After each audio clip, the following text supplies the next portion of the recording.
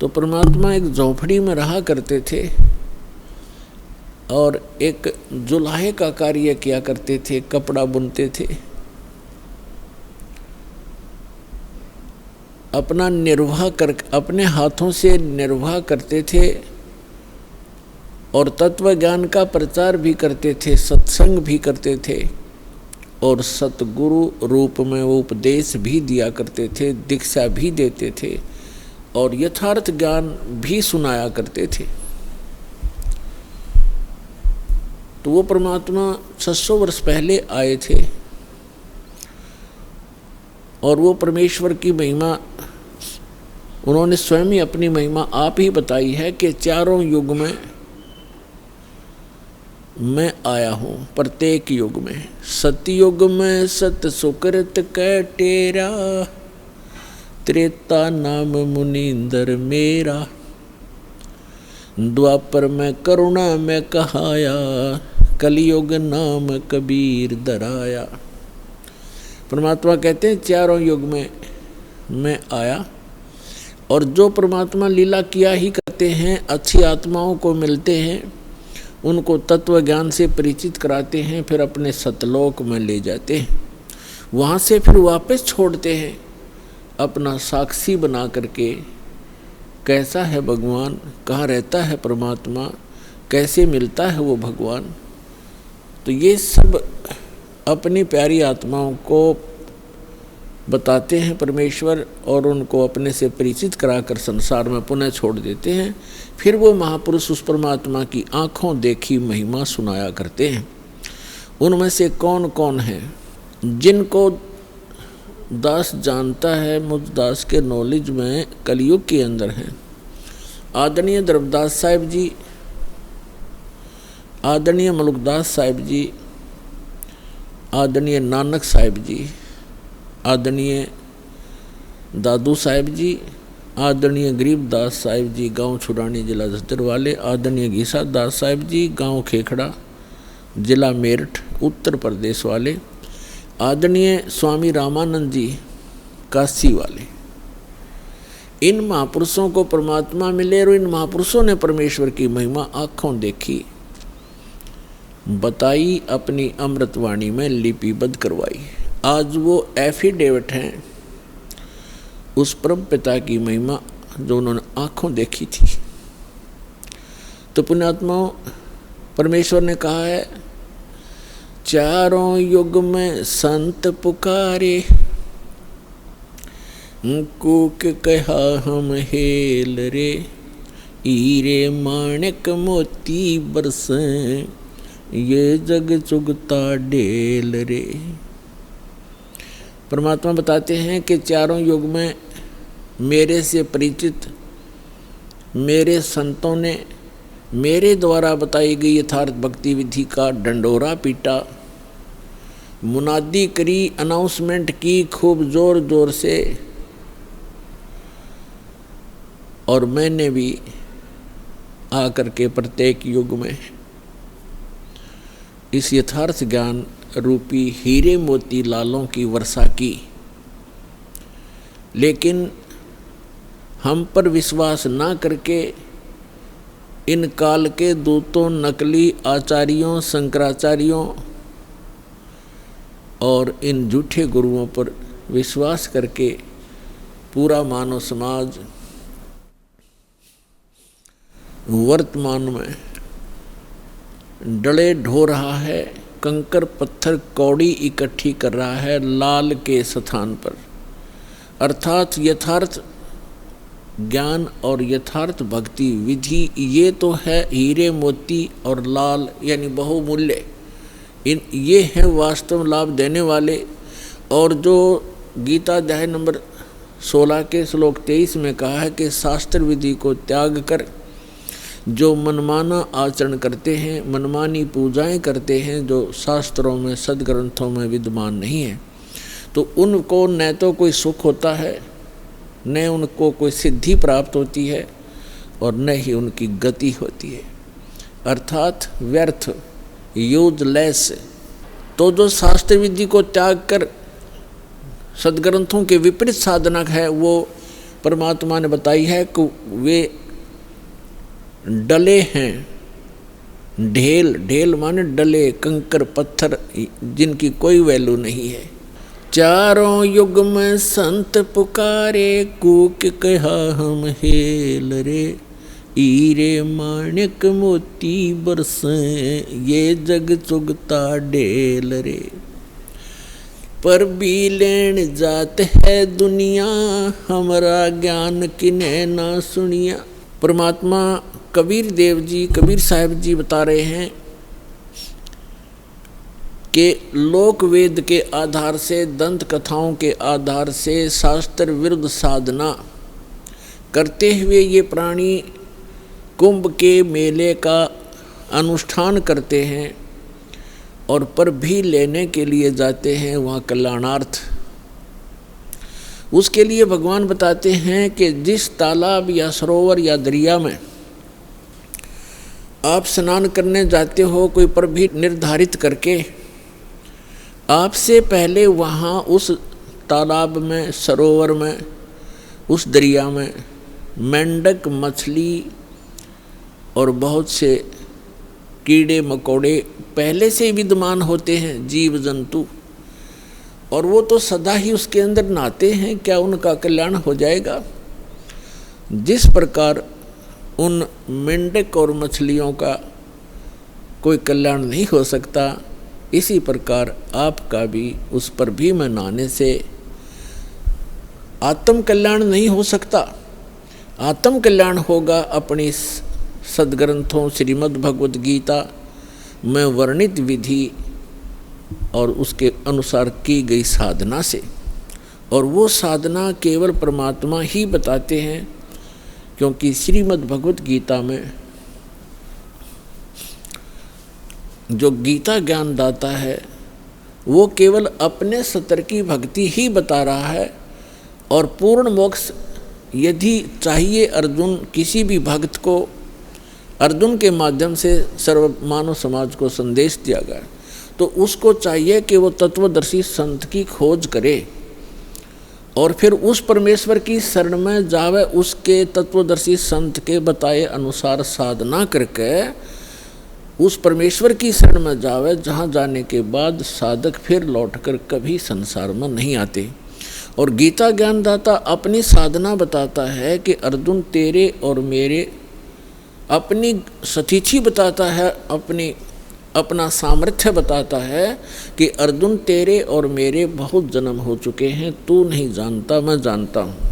श्रीमद् भगवत गीता अध्याय नंबर 4 के श्लोक नंबर 5 और 9 में, श्रीमद् भगवत गीता अध्याय नंबर 2 के श्लोक 12 में, गीता अध्याय नंबर 10 के श्लोक नंबर 2 में गीता ज्ञानदाता स्पष्ट करता है कि अर्जुन तेरे और मेरे बहुत जन्म हो चुके हैं, तू नहीं जानता, मैं जानता हूँ। और अपनी साधना बताते हैं गीता अध्याय नंबर 8 के श्लोक नंबर 13 में, ओम इति एकाक्षरम ब्रह्म व्यवहारं माम अनुसमरन् ये प्रयाति तजन देहम स याति परमाम गतिम। गीता ज्ञानदाता ये ब्रह्म है, श्री कृष्ण जी के अंदर प्रवेश करके बोलता है, ये ऐसे ही छल करता है। गीता अध्याय नंबर 4 के श्लोक नंबर 9 में ये स्वयं कहता है कि मेरे कर्म और जन्म दिव्य हैं, अलौकिक हैं, तो ये इसके कर्म हैं। गीता अध्याय नंबर 7 के श्लोक नंबर 24-25 में स्वयं स्वीकार करता है कि अर्जुन मैं अपनी योग माया से छुपा रहता हूँ, मैं कभी किसी के समक्ष अपने यथार्थ रूप में नहीं आता, और ये मूर्ख लोग जन समुदाय मुझे कृष्ण रूप में, व्यक्ति रूप में आया हुआ मान रहे हैं। मैं कृष्ण नहीं हूँ। जो भूत की तरह, प्रेत की तरह बोल रहा था उसके अंदर कि मैं कृष्ण नहीं हूँ, मैं तो अपनी योग माया से छुपा रहता हूँ। गीता अध्याय नंबर 11 के श्लोक नंबर 32 में कहता है कि अर्जुन मैं काल हूँ और अब मैं परिवर्त हुआ हूँ, अब आया हूँ। श्री कृष्ण जी तो पहले विद्यमान थे, उन्होंने पहले कभी अपने आप को काल नहीं कहा और उसके बाद फिर कभी अपने जीवन में अपने आप को काल नहीं कहा। ये काल है, इसको ब्रह्म भी कहते हैं, सरपुरुष भी कहते हैं, सरब्रह्म भी कहते हैं, ज्योत स्वरूपी निरंजन भी इसी को कहते हैं। तो ये कहता है कि मेरा तो एक ओम मंत्र है और ये कहता है कि मेरे जन्म और कर्म अलौकिक हैं। तो खुद कहता है कि मैं अपनी योग माया से छुपा रहता हूँ, मैं कभी किसी के सामने अपने यथार्थ रूप में नहीं आता। तो श्री कृष्ण में प्रवेश करके ये ब्रह्म बोल रहा है, सरपुरुष बोल रहा है। 8वें अध्याय के 13वें श्लोक से भी स्पष्ट हो जाता है, ओम इति एकाक्षरम ब्रह्म व्यवहारण माम अनुस्मरण। माम ब्रह्म, मुझ ब्रह्म का केवल एक ओम अक्षर है, उच्चारण करके सिमरण करता हुआ यह प्रियाति तजन देहम, जो शरीर त्याग कर जाते हुए इसी का सिमरण करता हुआ जाता है, स याति परमाम गतिम, वह परम गति को प्राप्त होता है। यानी ओम से मिलने वाली जो परम गति है, ओम से मिलने वाली परम गति क्या है? ब्रह्मलोक में जाता है साधक। और आज तक के ऋषि महर्षियों को इस ओम से आगे कोई मंत्र का ज्ञान नहीं था, और ब्रह्म को ये संपूर्ण पूर्ण परमात्मा माना करते थे। और फिर घुमा फिराकर इन्हीं ब्रह्मा विष्णु महेश तक ही इनकी बुद्धि की सुई आकर टिक जाया करती थी, क्योंकि इनको कंप्लीट स्पिरिचुअल नॉलेज नहीं था। कारण क्या है कि वेदों में ज्ञान तो उस पूर्ण परमात्मा का अधिक है, ऐसे ही श्रीमद् भगवद गीता में ज्ञान तो पूर्ण परमात्मा का ही संपूर्ण उस अधिकतर है, लेकिन पूजा की विधि केवल ब्रह्म तक की है। और गलती से इन ऋषि महर्षियों ने सतगुरु के अभाव से इस ब्रह्म को पूर्ण परमात्मा भी कह दिया, इसको पूर्ण ब्रह्म भी कह दिया, इसी को पूर्ण ब्रह्म मान लिया ब्रह्म को, जबकि ये स्वयं स्वीकार करता है कि वो परम अक्षर ब्रह्म तो कोई और है, मुझसे भिन्न है, और उसकी साधना करने से पूर्ण मोक्ष होता है।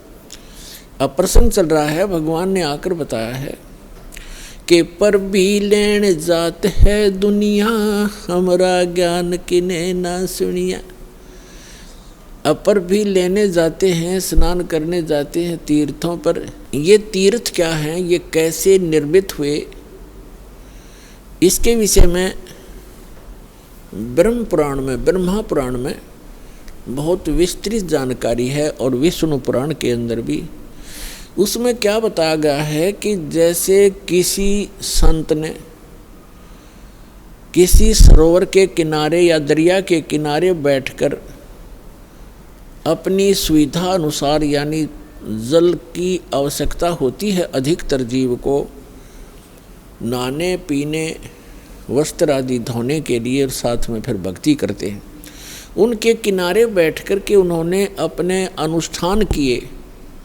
जैसे भी उनको गुरु मिले, जैसा भी वो अध्यात्म मार्ग से परिचित थे, उस आधार से उन्होंने वहाँ भक्ति करी बैठ के,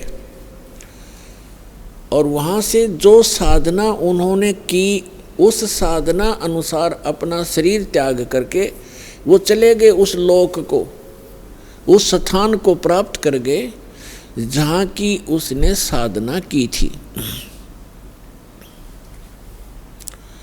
अब बाद में उसकी यादगार में उस महापुरुष ने वहाँ शरीर तो छोड़ना ही होता है, उसकी यादगार बना देते हैं, और फिर बाद शेष जो जनता होती है वो उससे प्रभावित होती है, क्योंकि वो साधना करते करते अपनी उस पूंजी में से अन्य किसी को आशीर्वाद, दुआ या बद दुआ दे करके वो प्रभावित अवश्य कर लेता है, जिस कारण से वहाँ की जनता, आसपास की जनता उस साधक से बहुत प्रभावित हो जाती है। उसके बाद उसकी मृत्यु के उपरांत वहाँ एक उसकी समाधि बना देते हैं, वहाँ पूजाएं शुरू कर देते हैं, और फिर उसको वहाँ उसके मत्था टेकने लग जाते हैं, और उसको तीर्थ नाम दे दिया जाता है। अपुणात्मा परमात्मा ने आके ये निष्कर्ष दिया है कि जैसे अमरनाथ कैसे बना,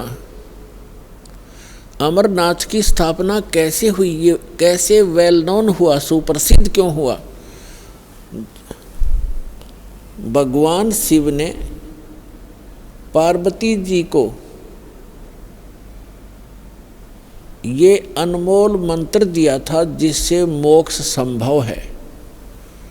और वो कौन सा मंत्र दिया था? जो 5 नाम का ये दास आपको देता है। प्रथम मंत्र में बीच बीच के जो 5 मंत्र हैं, ये शिव जी ने इस मंत्र का ज्ञान था और इसी को ये अमर मंत्र मानता था।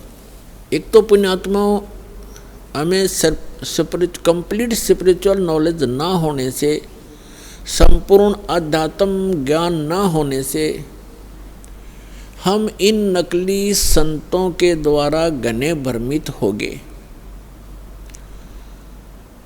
हम क्या सोचते हैं कि गुरुजी ने मंत्र दे दिया, नाम दीक्षा दे दी, और फिर क्या होता है, उन भ्रमित लोगों के पास जाकर के आप उनसे फिर प्रभावित हो जाते हो, जिनको कंप्लीट स्पिरिचुअल नॉलेज नहीं है, जिनको पूर्ण अध्यात्म ज्ञान नहीं है। तो वो क्या पूछते हैं आपसे कि आपने दीक्षा ली है वहाँ से बरवाला से, कितने दिन हो गए? 1 महीना, 2 महीने, 1 वर्ष, 2 वर्ष, जैसा भी जिसको। फिर वो पूछते हैं क्या आपको भगवान दिखाई देते हैं, भगवान के दर्शन होते हैं? अब आपके पास इसका कोई उत्तर नहीं। तो पुण्यात्माओं, कहने का भाव ये है कि दास जो आज प्रसंग आपके समक्ष स्पष्ट करना चाहता है, एक विषय स्पष्ट करना चाहता है कि परमात्मा की प्राप्ति, परमात्मा के दर्शन से, मोक्ष की प्राप्ति परमात्मा के दर्शन से नहीं, उस परमात्मा के मंत्र से होती है। पहले तो ये प्रसंग स्पष्ट करते हैं कि अमरनाथ की स्थापना कैसे हुई। पुण्यात्माओं, हमने पुराण बहुत पढ़ी हैं, पवित्र पुराण, लेकिन हमारे धर्म गुरु कोई निष्कर्ष हमें निकाल कर दे नहीं पाए, और जिस कारण से हम ऐसे उन कथाओं को याद अवश्य कर लेते थे, लेकिन हमें उनका कोई सिर पैर का पता नहीं था। जैसे पार्वती जी के 107 जन्म हो चुके थे, 108वां जन्म वो जी रही थी। भगवान शंकर वही होते थे, उनकी तब तक मृत्यु नहीं हुई थी, और पार्वती जी की 107 बार मृत्यु हो चुकी थी। और भगवान शिव जब पार्वती जी की मृत्यु होती थी बड़े व्याकुल होते थे, उनका बहुत बुरा हाल हो जाता था उस पार्वती की मृत्यु के उपरांत, उसके वियोग में। एक समय की बात है कि भगवान श्री राम वनवास के अंदर सीता जी के अपहरण के उपरांत वृक्षों से डकरा रहा था, रो रहा था, सीता की खोज पूछ रहा था, मृगों से लिपट रहा था। ऊपर से आसमान से पार्वती और शिव देख रहे थे। भगवान शिव ने श्री रामचंद्र जी अर्थात विष्णु जी को प्रणाम किया। पार्वती जी ने देखा कि किसको प्रणाम कर रहे हैं, नीचे एक व्यक्ति रो रहा है पृथ्वी पर। पार्वती जी ने पूछा आप किसको प्रणाम कर रहे हो? भगवान शिव ने कहा कि नीचे देखो, ये भगवान को प्रणाम कर रहा हूँ। कि वो व्यक्ति रो रहा है? पार्वती ने पूछा कि हाँ, ये भगवान है, परमात्मा है। पार्वती जी कहने लगी भगवान और रो रहा है? भगवान कैसे हो सकता है जो ऐसे डकरा रहा है जनसाधारण की तरह? यानी विष्णु जी थे वो, और विष्णु जी भगवान शिव के बड़े भाई हैं। अपने बड़े भाई को वो नमस्कार कर रहे थे। पार्वती जी ने नमस्कार नहीं किया और कहा मैं इसकी परीक्षा लूँगी और सीता रूप बना कर जाऊँगी, यदि ये मुझे पहचान लेंगे तो मैं मान लूँगी कि ये भगवान है। भगवान शिव ने कहा कि यह गलती मत करना, यदि तू सीता रूप बना लेगी तो मेरे काम की नहीं रहेगी। उस समय तो पार्वती जी ने कह दिया कि नहीं जाऊंगी, परीक्षा नहीं लूंगी। कुछ ही देर के बाद भगवान शिव के इधर उधर होते ही सीता रूप धारण किया और भगवान शिव के सामने जाकर, भगवान राम के सामने खड़ी होगी जाकर के। अब भगवान रामचंद्र जी ने कहा कि हे दक्ष पुत्री, हे दक्ष की बेटी, भगवान शिव को कहाँ छोड़ाई, अकेली क्यों आ गई। इस बात से वो इतना शर्मिंदा होगी कि फिर प्रणाम किया कि भगवान शिव आपको ठीक ही प्रणाम कर रहे थे, आप तो सचमुच जानी जान हो। अब देखो पुण्यात्माओं, इस काल के जाल को समझना। श्रीमद् भगवद गीता अध्याय नंबर 7 के श्लोक नंबर 8-9 में ये गीता ज्ञानदाता काल है, ब्रह्मा विष्णु महेश का पिता है, 21 ब्रह्मांड का स्वामी है। ये कहता है कि जितने भी मेरे अंतर्गत प्राणी हैं, चाहे वो ब्रह्मा है, चाहे विष्णु है, चाहे शिव जी है, चाहे शंकर है, चाहे राम और कृष्ण है, उन्हीं के, तो इन सभी जीवों की बुद्धि मेरे हाथ में है, मेरे कंट्रोल में है। इनका सब बलवानों का बल मैं हूँ, सब बुद्धि सब की बुद्धि मैं हूँ, यानी मेरे हाथ में है। अब देखो इस काल ने उस समय तो भगवान श्री राम की बुद्धि ऑन कर दी, जिस समय पार्वती को पहचान लिया कि सीता नहीं है तू, और उधर से अपनी पत्नी का पता नहीं उसको, उसने कौन उठा ले गया, तो खाक जानी जान था यो। तो ये सब खेल इस काल के हाथ में है। जैसे जब महाभारत का युद्ध करवाना था, उस समय अर्जुन में ताकत दे दी, एक कब मारा था तीर 20 में का निकल गया था, नरसंहार करवा दिया, उसका बैड अकाउंट बनवा दिया। फिर वही अर्जुन जिस समय भगवान श्री कृष्ण जी की मृत्यु हो गई थी और सभी यादव, भगवान श्री कृष्ण का पूरा कुल आपस में लड़का मर गया था, कत्लेआम कर दिया था। 56 करोड़ यादव दुर्वासा जी के श्राप से आपस में लड़ मरे थे। कोई नर यादव शेष नहीं था उस द्वारकापुरी में, कैर टूट गया। उस समय श्री कृष्ण जी के आदेश अनुसार अर्जुन उन गोपियों को, वहाँ की सभी औरतों को लेकर वापस आ रहा था इंद्रप्रस्थ। रास्ते में वही धनुष जिससे महाभारत का युद्ध जीता था, वही धनुष उनके साथ था। रास्ते में भीलों ने, जंगली लोगों ने अर्जुन को पीटा और उनके गहने तोड़ ले गए, सारी औरतों के, कुछ एक औरतों को भी ले गई, और अर्जुन का हाथ नहीं उठा।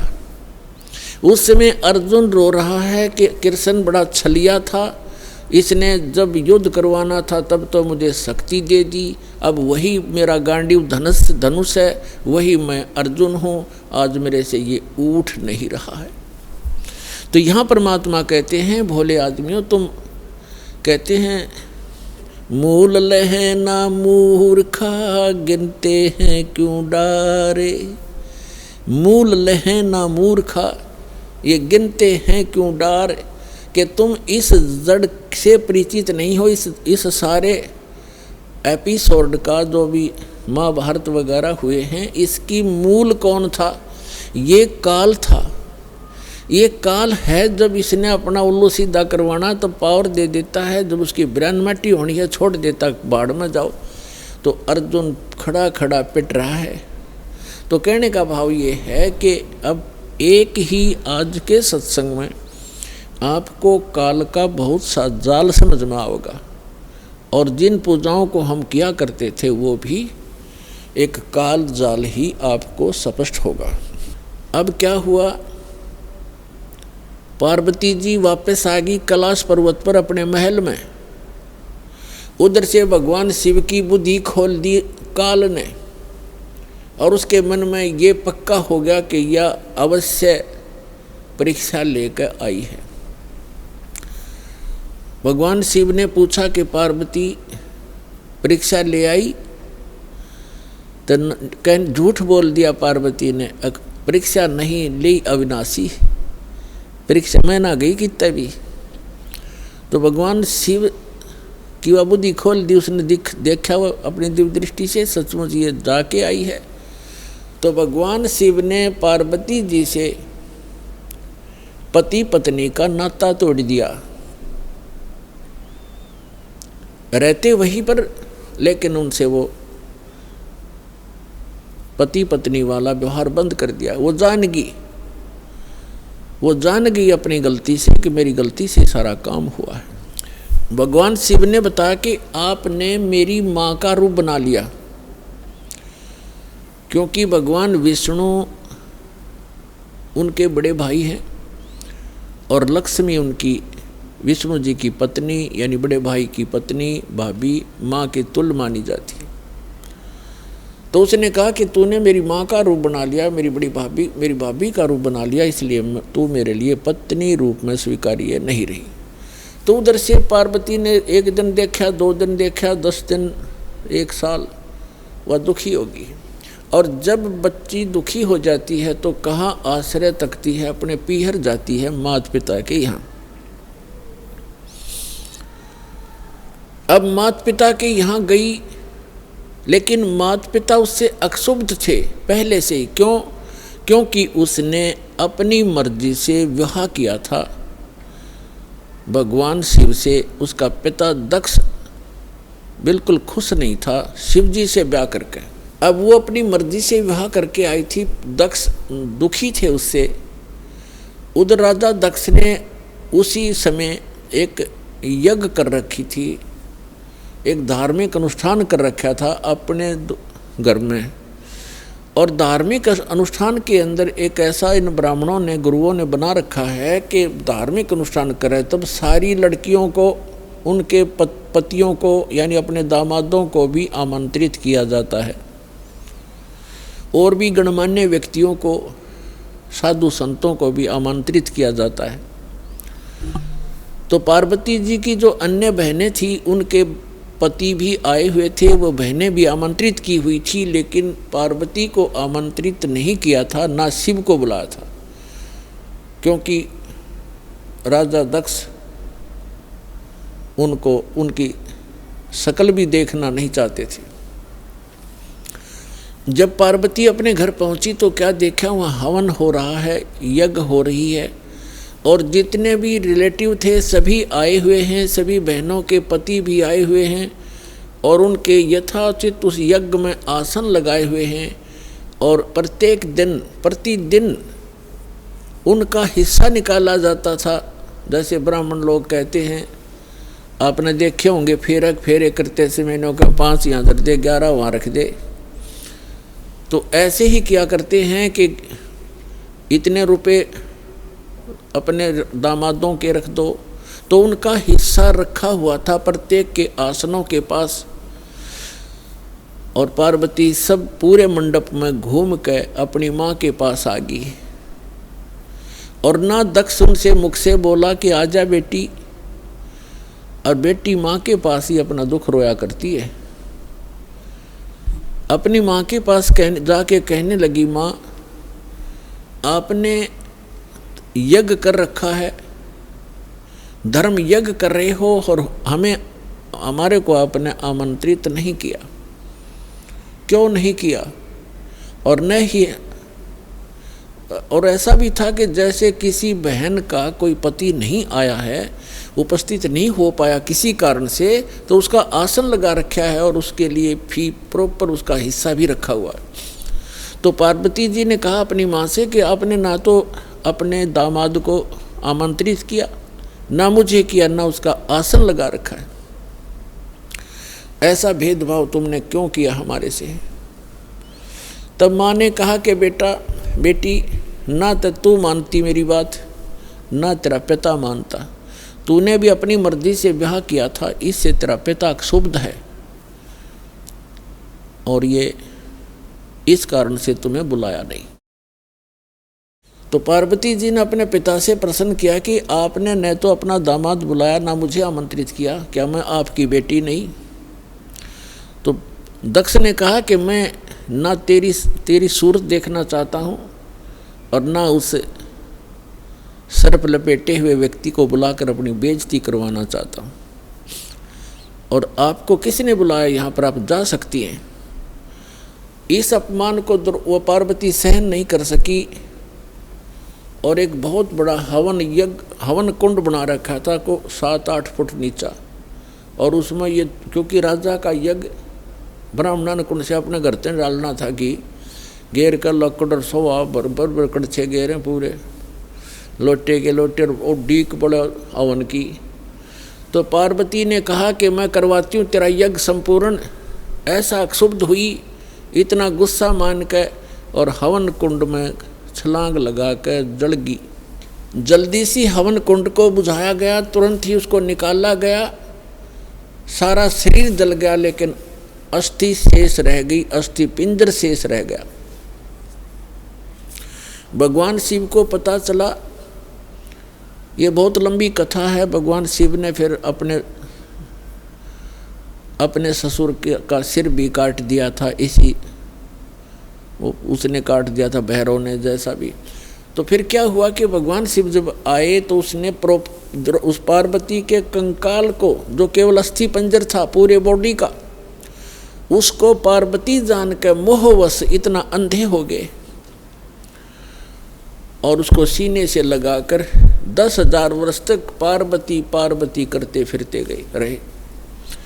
एक दिन भगवान ने सुदर्शन चक्र से उस पार्वती के टुकड़े टुकड़े कर दिए, उस अस्थि पिंजर के। तो उसके विषय में बताते हैं कि जहाँ नैन गिरे वह नैना देवी, जहाँ धड़ गिरी उसकी वहाँ पर वैष्णो देवी। ऐसे वैष्णो देवी और नैना देवी की स्थापना हुई क्योंकि वहाँ इन पार्ट्स ऑफ द बॉडी को, शरीर के अंगों को, जहाँ नैन गिरी थी वहाँ उनकी समाधि दे दी और उसकी एक यादगार बना दी कि यहाँ पर ऐसी घटना घटी थी, कहीं आने वाले समय में कोई इन ऐतिहासिक और पौराणिक बातों को झूठा ना सिद्ध कर दे, इसलिए वो यादगार बनाई थी। और आज वहाँ पूजाएं शुरू होगी। ऐसी जहाँ धड़ गिरा था वहाँ पर वैष्णो देवी बना दी, एक यादगार बना दी और उसको मंदिर का रूप दे दिया, जैसे कि आने वाले समय में ये चिन्ह बना रहे, ये अवशेष बने रहे। इस प्रकार ये हमारे धार्मिक तीर्थ बने। हम फिर जाने लगे, वहाँ श्रद्धा से मत्था टेकने लगे, चढ़ावा दान दक्षिणा करने लगे, फिर पुजारी बैठा दिए, अब वहीं घंटी बजा के हम कल्याण मोक्ष समझने लगे। तो अध्यात्म ज्ञानहीनता के कारण हम ऐसा कर रहे थे, ये डले ढो रहे थे। अब जो प्रसंग चल रहा है कि पार्वती जी का फिर नेक्स्ट जन्म जब हुआ, हिमालय के जन्म हुआ और शिव से विवाह हुआ।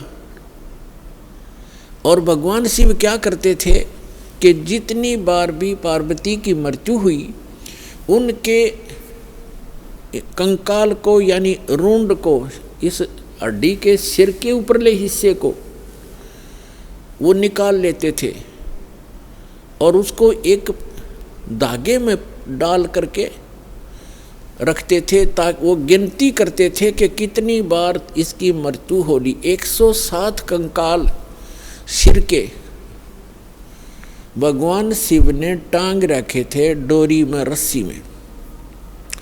और पार्वती पूछा करती थी कि ये क्या है, तो शिव जी टाल मटोल कर दिया करते थे कि ये मेरा कुछ अपना अनुष्ठान है, तू मत बोल। भगवान शिव ने बहुत बार पार्वती जी से कहा था कि आप भक्ति किया करो, देखो मैं भी करता हूँ। तो पार्वती जी कहा करती थी कि मुझे तो भगवान मिल गए हैं, आप देवों के देव महादेव हो, मुझे क्या जरूरत है भक्ति करने की। भगवान शिव बहुत समझाया करते थे कि जीव को भक्ति अवश्य करनी चाहिए, साधना करनी चाहिए, उस परमात्मा की भक्ति करो। लेकिन पार्वती का गला या बात उतरा नहीं करती। पुण्यात्माओं, जिस प्राणी को सुख गणा है वो सुख इस प्राणी का महादुश्मन है। कबीर साहब कहते हैं, सुख के माथे पत्थर पड़ो जिसते नाम हृदय ते जावे, और बलिहारी व दुख के जो पल पल नाम रटावे। तो पार्वती को इतना सुख था, सभी देवी देव हाथ जोड़ा करते थे और सर्व ऐश्वर्य उपलब्ध थे तो उसने क्या जरूरत थी भक्ति करने की। तो इसलिए भगवान शिव के पास जो मंत्र था वो स्वयं जाप करते थे, वो पार्वती जी को मंत्र बताया नहीं। एक दिन भगवान शिव सैर सपट्टे को गए हुए थे बाहर, पीछे से नारद जी आ गए और नारद जी बोले कि हे माता, आप जन्म और मरण के दुख को सहन कर रही हो और आपके घर में एक ऐसी अनमोल वस्तु है जिसके सेवन करने से आपका ये जन्म और मृत्यु मिट सकता है। तो पार्वती जी ने पूछा कि भाई नारद, ऐसी कौन सी वस्तु है, मुझे तो मालूम नहीं। उस नारद जी ने बताया कि आप भगवान शिव के पास एक मंत्र है, अमर मंत्र, और वो किसी को नहीं बताते और स्वयं मंत्र का जाप करते हैं, जिस कारण से वो अमर हैं। और उस मंत्र के अभाव से आप जन्म और मृत्यु को प्राप्त होते रहते हो। आपका 108वां जन्म है और भगवान शिव कांस्टेंट चल रहे हैं। और ये जितने भी ये कंकाल टंगे हुए हैं सिर के रूंड तेरे, ये आपके हैं। आप 107 बार मर चुकी हो, 107 बार ही आपने भगवान शिव को ही वर रूप में चुना है। 107 जन्म आपके हो चुके, 108वां चल रहा है। तो पार्वती जी का यह बात खटकेगी कि सचमुच ये मेरे ही सिर हैं, अगर आपके ही हैं ये। लेकिन ये बात गले नहीं उतरे कि भगवान शिव के पास ऐसा मंत्र और मुझे ना दिया हो, मुझे ना देवे, क्योंकि वो मुझे बहुत प्यार करते हैं, मेरे लिए वो सर्वस्व सौंप सकते हैं, सब कुछ दे सकते हैं। ये नहीं हो सकता नारद जी। नारद जी कहने लगे कि देख ले माता, अभी तक आपने उनको एज ए हस्बैंड ट्रीट किया है, एज ए गॉड ट्रीट नहीं किया। अभी तक आपने उसको पति रूप में व्यवहार किया है, आपने उनको भगवान नहीं समझा। और जब तक आपके हृदय में यह डिमांड नहीं होएगी, गुरु जैसे गॉड गुरु जो होते हैं वो भगवान के तुल्य ही माने जाते। तो भगवान शिव उस समय इस मंत्र के प्रदान करने वाले गुरु थे। तो नारद जी तक कह के चले गए। अब पार्वती की नींद हराम होगी कि भगवान को आने दे, और मुझसे कोई अवश्य कोई ऐसी गलती बनी है जो ऐसी वस्तु को मुझसे छुपा रखा है, मैं अवश्य अभाग्नि कोई गलती कर रही होंगी। एकदम नम्रता आई।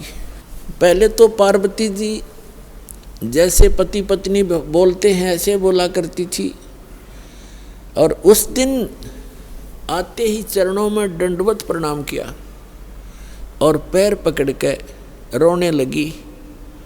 भगवान शिव ने पूछा कि किसने क्या कह दिया आपको, क्यों रो रहे हो, बताओ मुझे एक बार।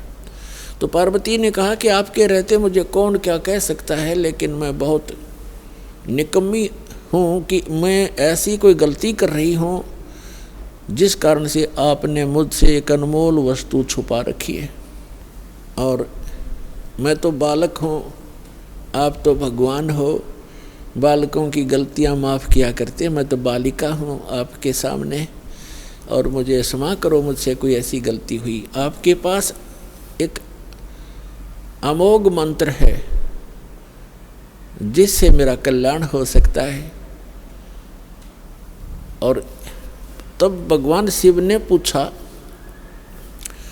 भगवान शिव ने सोचा आज या कौन सा स्टेशन पकड़गी, या तो कदे भी इस बात के निकट भी नहीं थी, ना ऐसा मैंने कदे भाव देखा, ऐसी विनम्र नहीं देखी। तब उसने कहा कि तुझे कौन ऐसा भगवान मिल गया जो तेरी बुद्धि बदल दी। ये तेरे सतर का ज्ञान नहीं पार्वती, तेरी बुद्धि को मैं खूब जानता हूँ।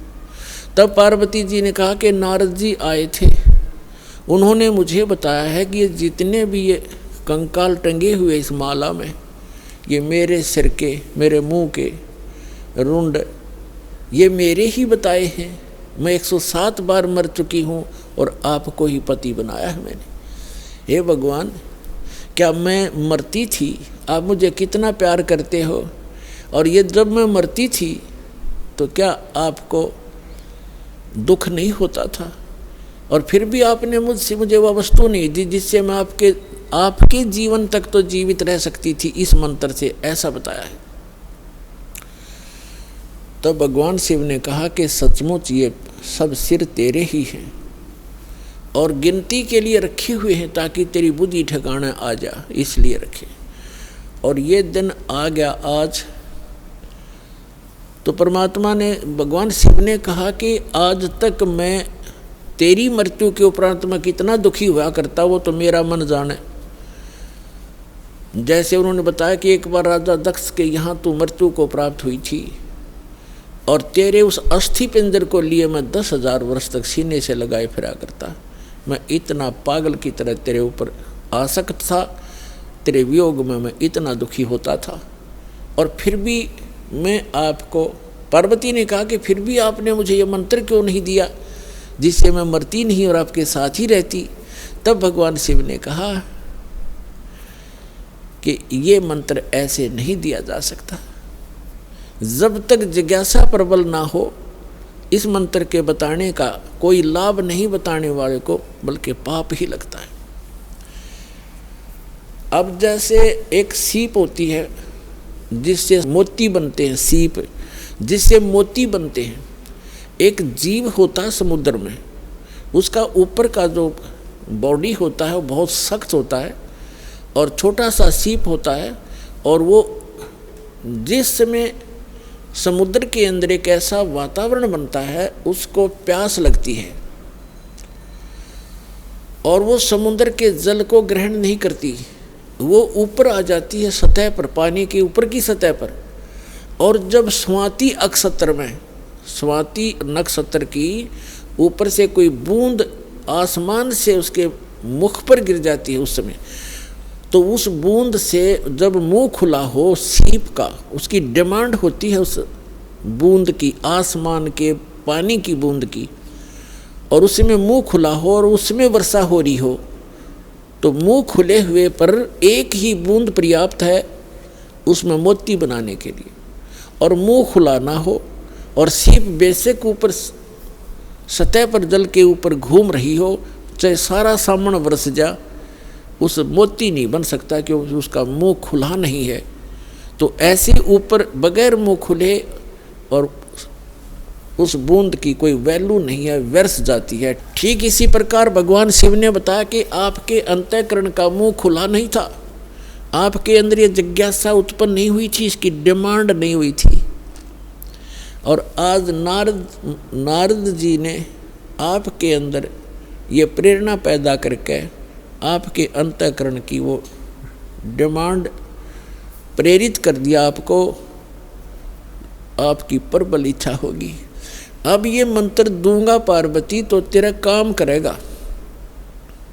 पहले मैंने बहुत बार कोशिश की थी कि आपको ये मंत्र दूं, लेकिन आपने तो कान्ना पे कटाड़ी सारी बात, और कभी भी नहीं आपने भक्ति करने की सोची भी नहीं। अगर आप मेरे ज्ञान को सुनती तो मैं ये मंत्र आपको प्रेरित करके ये मंत्र भी देता, लेकिन ये ऐसा अनमोल मंत्र है, बगैर जिज्ञासु के और प्रबल इच्छा हुए बिना ये देना व्यर्थ होता है। इसलिए मैंने आपको मरते हुए भी देखा, मैं रोता भी था, डकराता था, टक्कर मारता था, लेकिन ये अनमोल वस्तु दे नहीं सकता था। तो पुण्यात्माओं, उस मंत्र को कितना कॉन्फिडेंस रखा गया था भगवान शिव के द्वारा। पार्वती के अतिरिक्त उन्होंने किसी को ये मंत्र फिर खोला भी नहीं। अब पार्वती से कहा कि इस मंत्र को मैं उस स्थान पर दूंगा, कोई अन्य जीव जंतु ना सुन ले। तो वो कहाँ ले गए उनको?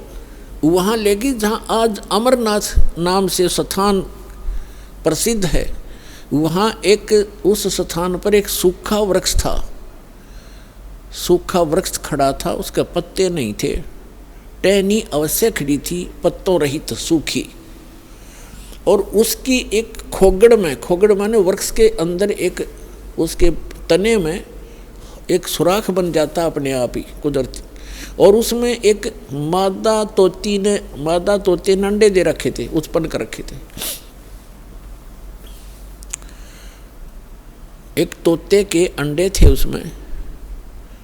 तो भगवान शिव ने देखा कि आसपास, क्योंकि अगर कोई हरे वृक्ष के नीचे बैठते हैं तो कोई ना कोई पक्षी भी आकर बैठ सकता था, दिखाई नहीं देता, इसलिए ऐसे सूखे वृक्ष के नीचे बैठे जाकर कि कोई पक्षी भी निकट आवेगा तो पता लग जाएगा। तो उससे पहले भगवान शिव ने अपने दोनों हाथों को ऐसे जोर से बजाया 3 बार, और इतना भयंकर नाद हुआ, आसपास के पक्षी और पशु सैकड़ों किलोमीटर दूर उड़कर चले गए, इतने भयभीत हो गए।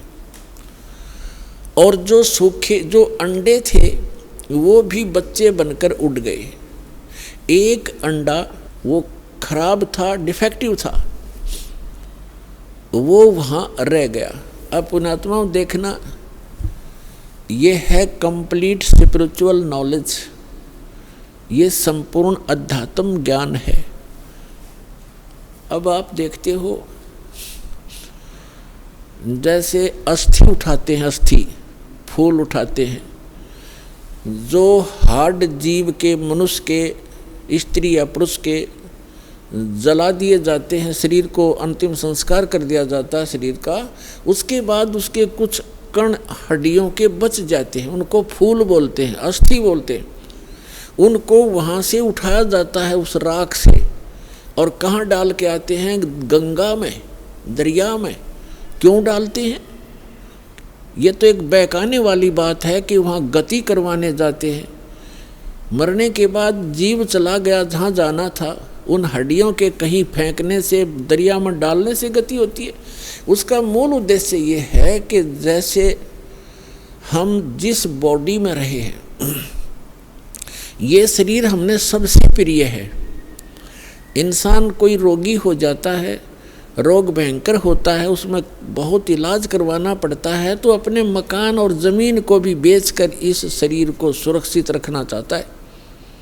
ये कितना प्रिय होता है। और इसको छोड़कर जब ये प्राणी जाता है, पहले ये ऊपर ले जाया जाता है, वहाँ तपस्शिला पर इसको भूना जाता है, इसके अंदर से गंध निकाल कर फिर इस जीव को फेंक दिया जाता है। ये आकाश मार्ग से आकर धर्मराज के दरबार में पंक्ति में खड़ा हो जाता है। इस प्रोसेस में इसको 10-12 दिन लग जाते हैं, इसलिए 13वें दिन ये वापस आ जाता है जहाँ इसने गधा बनना है, कुत्ता बनना है, सूर बनना है या भूत बनना है, उस लाइन में फिर लग जाता है। तो ये प्रेत बन जाते हैं अधिकतर। भूत पूज कर भूत बनेंगे, तो हम सब भूतों की पूजा ही करते थे। तो प्रेत बनकर आता है कहाँ? अपने घर में। घर से फिर अपने शरीर को खोजता है, मेरा शरीर कहाँ, उसमें प्रवेश करूं। फिर वो वहाँ से चलता चलता जाता है, क्योंकि एक फिल्म सी बनी होती है, वो फिर वहाँ जाता है जहाँ उसका अंतिम संस्कार किया होता है। तो वहाँ अगर वो अस्थि नहीं उठाई जाती है तो वो जीव उन अस्थियों को चिपक जाता, मेरी है, ये मेरी है, उनका चिपका रहता वहाँ पर। और उन्होंने, जिन गुरुओं को ज्ञान तो था नहीं, उन्होंने सोचा कि ये अस्थि अगर यहाँ से उठा कर। आइए अब हम उन श्रद्धालुओं के अनुभव जानते हैं जो जगत गुरु तत्वदर्शी संत रामपाल जी महाराज जी से दीक्षा प्राप्त कर चुके हैं तथा उनके द्वारा बताए गए भक्ति मार्ग पर चल रहे हैं। नमस्कार सर। नमस्ते सर। सर क्या नाम है आपका? रामजी लाल दास। रामजी लाल जी, आप कहाँ के रहने वाले हैं? सर मैं दिल्ली से आया हूँ, मदनगिरी से। रामजी लाल जी, संत रामपाल जी महाराज से नाम दीक्षा आपने कब ली? सर मैं सतगुरु रामपाल जी महाराज से 2014 में नाम ली, अक्टूबर में। संत रामपाल जी महाराज से नाम दीक्षा लेने से पहले आप क्या भक्ति साधनाएं करते थे? जी, मैं संत रामपाल जी महाराज से जुड़ने से पहले मैं जो भी हमारे घर में जो परंपरा जो से ब्रह्मा विष्णु महेश की, और जैसे पितर पूजा वगैरह, जो हमारी कुल देवी थी जोमदर माता, जैसे नवरात्र आते थे, जैसे ही आठे पूजते हैं, सारी क्रियाएं करते थे, जो हमारे माँ बाप वगैरह, जो दादा वगैरह करते थे, सारी क्रिया करते थे सर। सर आपने ब्रह्मा विष्णु शिव जी पितृ पूजा और आपके जो कुल देवी देवताओं की पूजा होती है वो सब की, तो इन सब साधनाओं से आपको क्या लाभ प्राप्त हुए? सर पहले की भक्ति करने से जो अन्य देवता की जो भक्ति करते थे उनसे सर लाभ तो कुछ नहीं हुआ, बल्कि हानि हुई उससे। जैसे कि 18 साल से मैं बहुत परेशान था। जैसे कि मैं प्रेत बाधा मेरे अंदर प्रवेश हो जाती थी तो मैं अपना आप ही रोने लग जाता था। रोने लग जाने के बाद मैं बेबस हो जाता था। वही चीज़ मेरी वाइफ के अंदर होती थी, तो हम दोनों एक दूसरे बेबस हो जाते थे और हम दोनों रोने लग जाते थे।